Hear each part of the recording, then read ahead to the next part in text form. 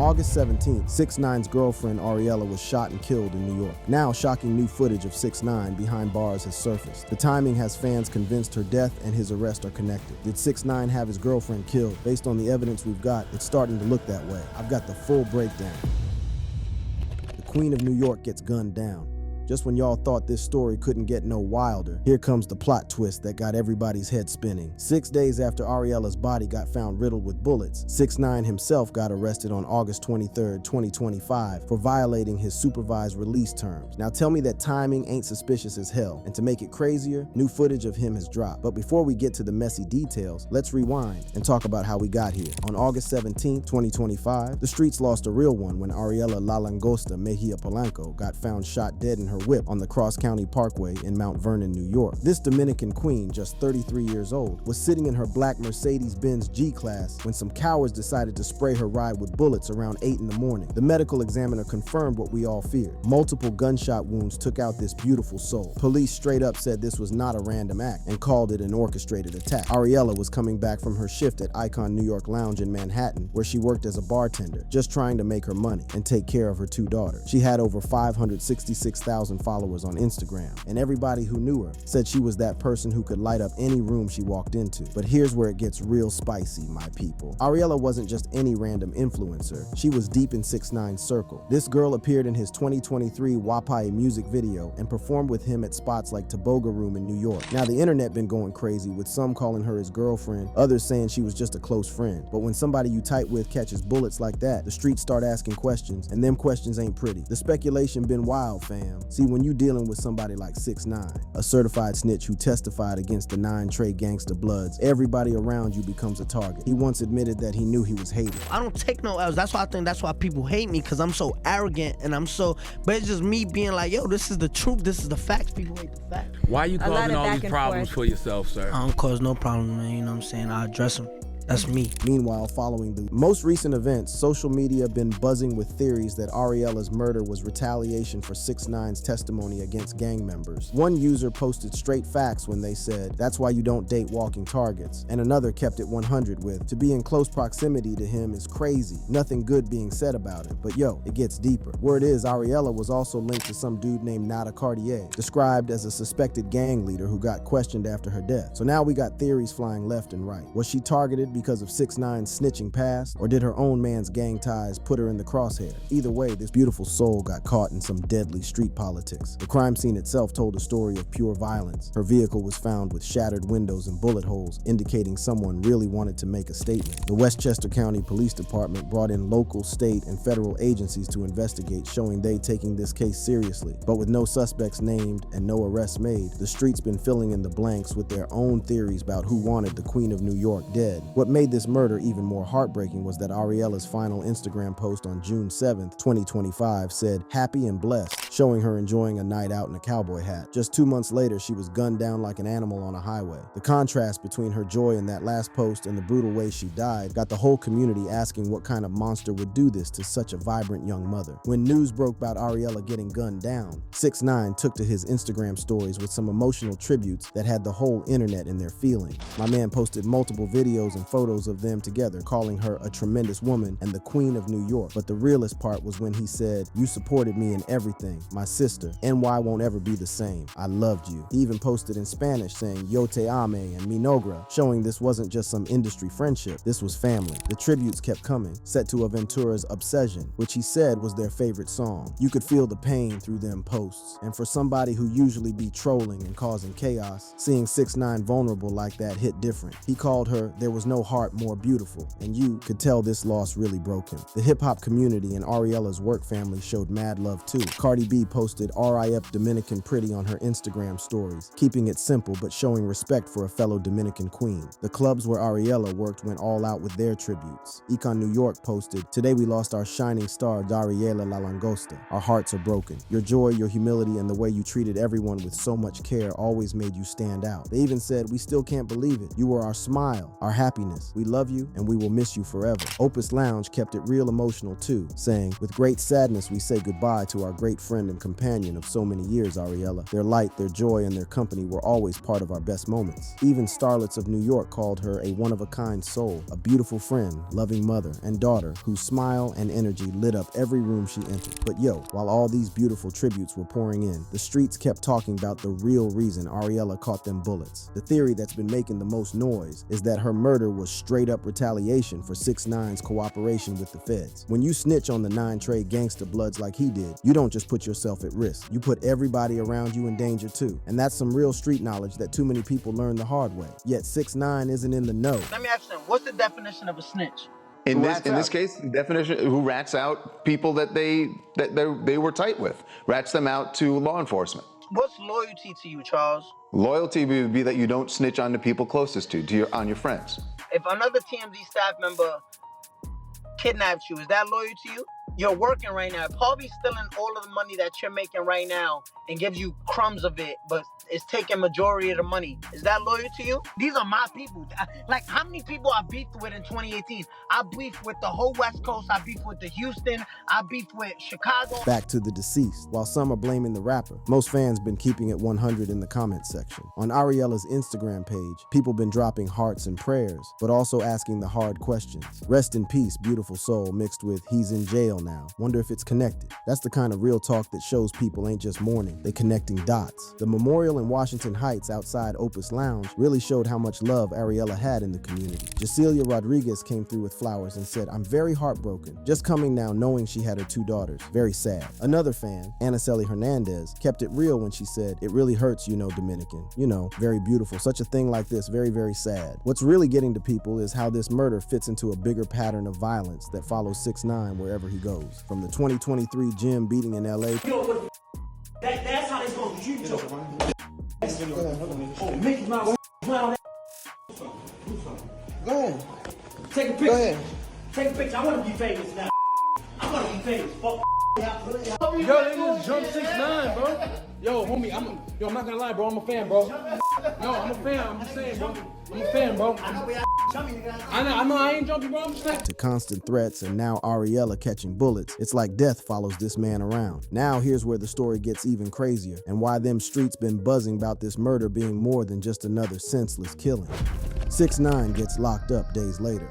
This man went from posting emotional tributes about his sister to finding himself back in federal custody, locked up at the same facility where they keeping Diddy and Sam Bankman-Fried. The feds came for him at the Thurgood Marshall United States Courthouse in Manhattan, and boy, they wasn't playing no games. Judge Paul A. Engelmayer, the same judge who sentenced him back in 2019, issued the warrant, and they got him sitting tight until November 12th, 2025 for his hearing. But hold up, fam, let me break down what really got this rainbow-haired snitch locked back up and why the streets think it's all connected to that murder. See, 6ix9ine been violating his supervised release like it's a hobby. The government hit him with 3 specific violations that had his probation officer heated. First, this dude took his rainbow head to Las Vegas to perform at T-Mobile Arena without getting permission from his PO. Then when they asked him about it, he straight lied to their face, denying he even went. That's violation number 1, and lying to federal agents ain't never been smart. Second violation, homeboy been failing drug tests left and right. They caught him with methamphetamine in his system twice, though he tried to play it off saying it was just his prescribed Adderall. Nice try, but the feds ain't buying that excuse. Third strike, my man straight up didn't show up for a mandatory drug test. You know what they say about 3 strikes, and in federal court, they don't play about that supervised release. But wait, it gets deeper than that. Back in March 2025, the feds raided 6ix9ine's Miami mansion and found 3 MDMA pills and cocaine residue in his bedroom. On July 23rd, 2025, he had to plead guilty to 2 counts of drug possession, but the prosecutors dropped charges for a gun and fentanyl they found in the pool house because DNA evidence didn't link them to him directly. When 6ix9ine showed up to court on that August 23rd, he tried to explain himself, but his excuses were weaker than his snitching game. He told the judge, I flew up from Florida and woke up late for being tardy. About that Vegas trip, he said, I went to Las Vegas to perform at the T-Mobile Arena to make a living and thought I had permission to do so. And for them dirty drug tests, homeboy kept pushing that I tested positive for methamphetamines because I was on Adderall excuse. But yo, the realest part was when he got frustrated and said, I'm human, bro. I've been jumped for cooperating with the federal federal government. That right there tells you everything about how his snitching been haunting him every single day since 2019. The timing of this arrest got people's conspiracy theories running wild. Social media been flooded with posts connecting the dots between Ariella's murder and 6ix9ine's arrest. Some saying the feds locked him up for his own protection. Others thinking they investigating whether his violations somehow connected to that shooting. The fact that he's being held at the Metropolitan Detention Center in Brooklyn with high-profile inmates like Sean Diddy Combs and Sam Bankman-Fried shows they taking his safety seriously. Now let me take y'all back to where this whole snitching saga started, because that's the root of why Ariella might have caught them bullets and why 6ix9ine been looking over his shoulder ever since. Back in November 2018, the feds snatched up Daniel Hernandez as part of a joint operation targeting the 9 Trey Gangsta Bloods, a violent subset of the United Blood Nation that was wreaking havoc in Manhattan and Brooklyn. The indictment was no joke. They hit him with racketeering conspiracy, firearms offenses, conspiracy to commit murder, and violent crimes. This wasn't some light charges neither. We talking about a minimum of 32 years and maximum life in prison if he got convicted on everything. But instead of taking it to trial like a real one, 6ix9ine chose the snitch route. U.S. Attorney Jeffrey S. Berman didn't hold back when he announced the charges, saying, as alleged in the indictment, this gang, which included platinum-selling rap artist Tekashi 6ix9ine, wreaked havoc on New York City, engaging in brazen acts of violence. The specific crime 6ix9ine was involved in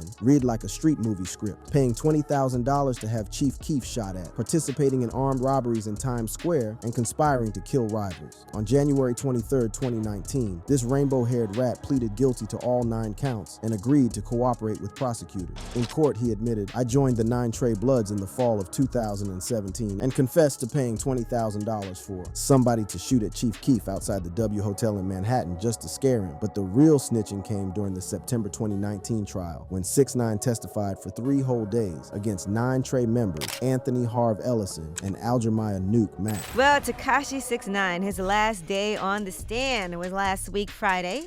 And he, of course, as you guys know, is testifying about the accused 9 Trey Gangsta Blood members, Anthony Harv Ellison and Aljamiah Nuke Mack. Now, he's talking about a lot of different things. And one thing that was part of his testimony was recordings of phone calls and conversations.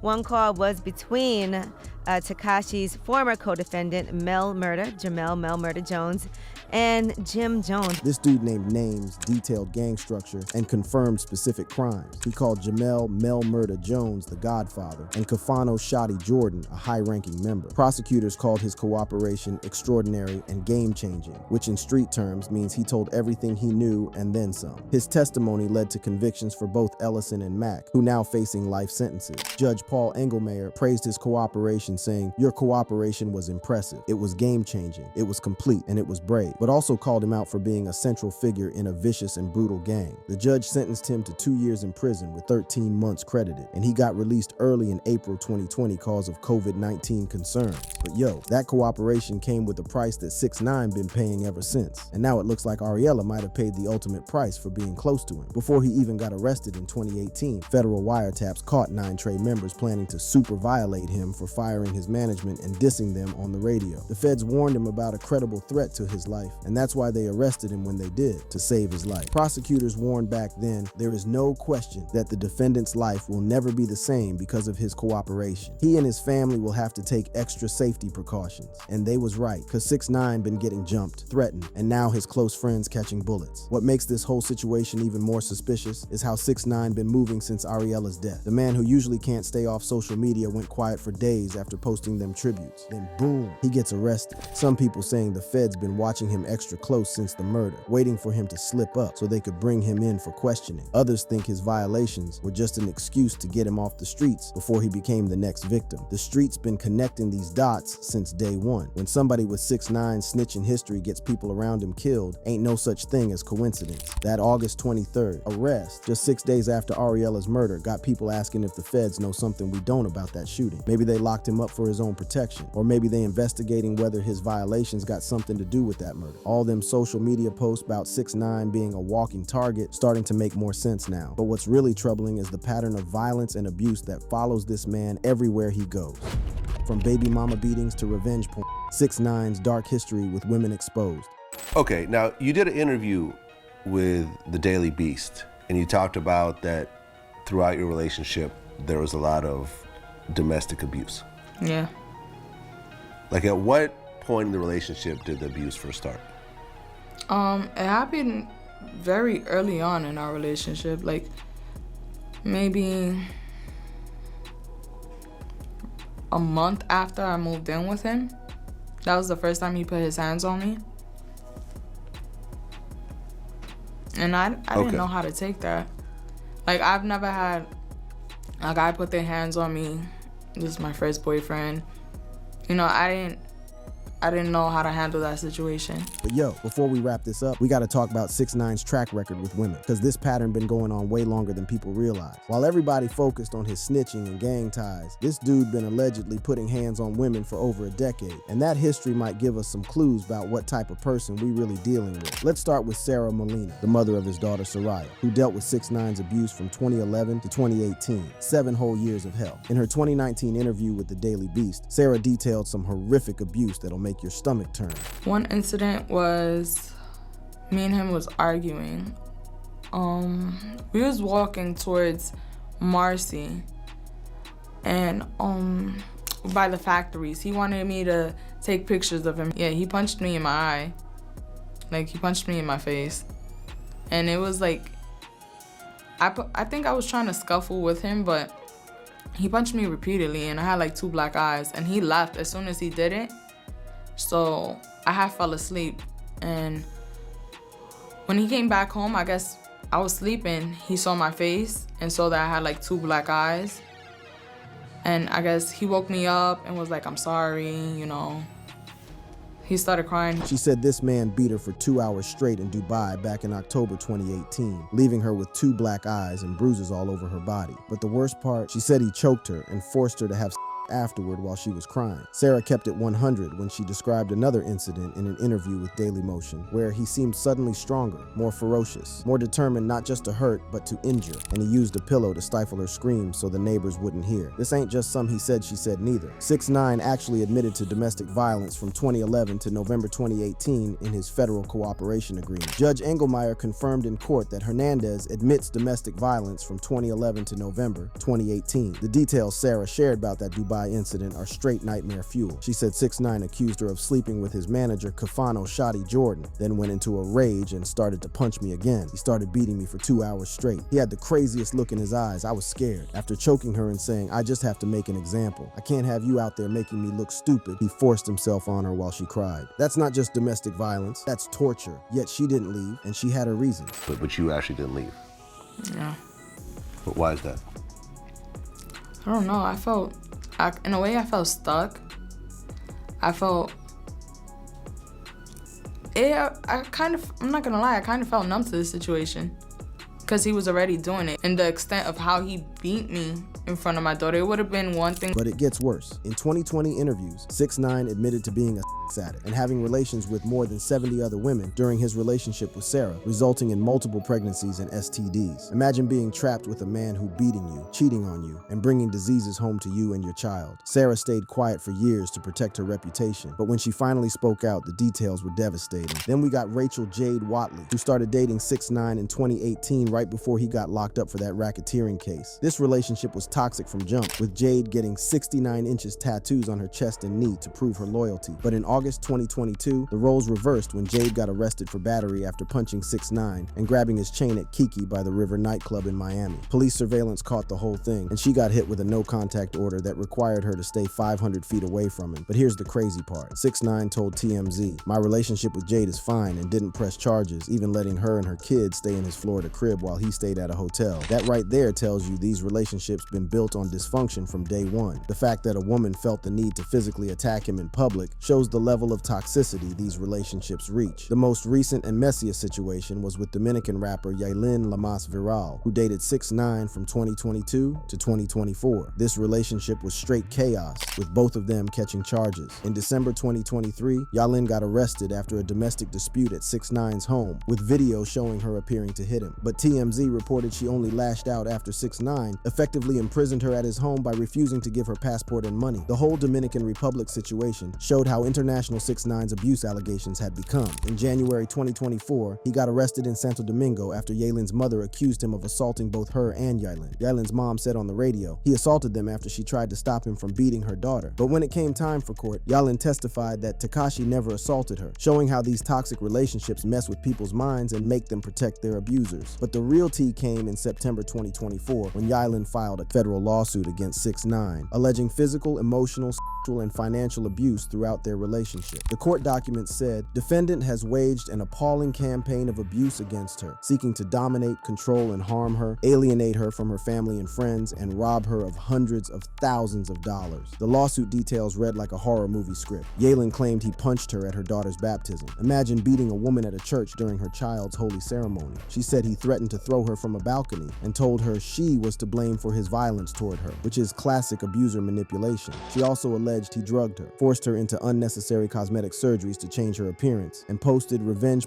of her on social media after their August 2024 breakup. She's seeking $1 million in damages. 6ix9ine tried to defend himself, maintaining that all that jewelry is mine. That car she's riding in I bought. The penthouse she got in the Dominican Republic I bought. I took care of her family, daughter. But using money to justify abuse is the oldest trick in the abuser's playbook. Financial control is a classic form of domestic abuse, and his response basically confirmed what Yaylin was saying about him using money to control her. The revenge allegations are particularly troubling because they show 6ix9ine's willingness to use intimate content as a weapon against women who cross him. Posting private images without consent is illegal in most states and shows a level of vindictiveness that goes beyond normal breakup drama. What's really sick is how 6ix9ine's pattern of abuse mirrors his snitching behavior. He betrays people who trust him most, whether it's gang members who brought him into their circle or women who let him into their hearts and beds. This man got a history of destroying the people closest to him. The fact that he admitted to 7 years of domestic violence in federal court but still continued abusing women shows he ain't learned nothing from his consequences. Now, when you look at this pattern, 7 years of abusing Sarah Molina, volatile relationships with Jade and Yaylin, admitting to domestic violence in federal court, it paints a picture of a man who don't respect women and got serious anger management issues. And when somebody with that history gets close to women, bad things tend to happen. While there ain't no direct evidence linking 6ix9ine to Ariela's murder, yet his pattern of putting women in danger through his lifestyle choices and violent history got people asking questions. Whether it was his gang ties that got her killed or something more personal, one thing's for sure: being close to 6ix9ine been hazardous to women's health for over a decade. The streets been trying to tell y'all about this man's character, but people stayed focused on the music and the memes. Now with Ariela dead, 6ix9ine locked up again, and a trail of abused women in his wake, maybe it's time people started listening to what his actions been saying all along. This ain't just about snitching or gang ties. This about a man who destroys everything he touches, and the women in his life pay the highest price. If you enjoyed watching this video and wouldn't mind more of such content, make sure to click on the card showing on the screen.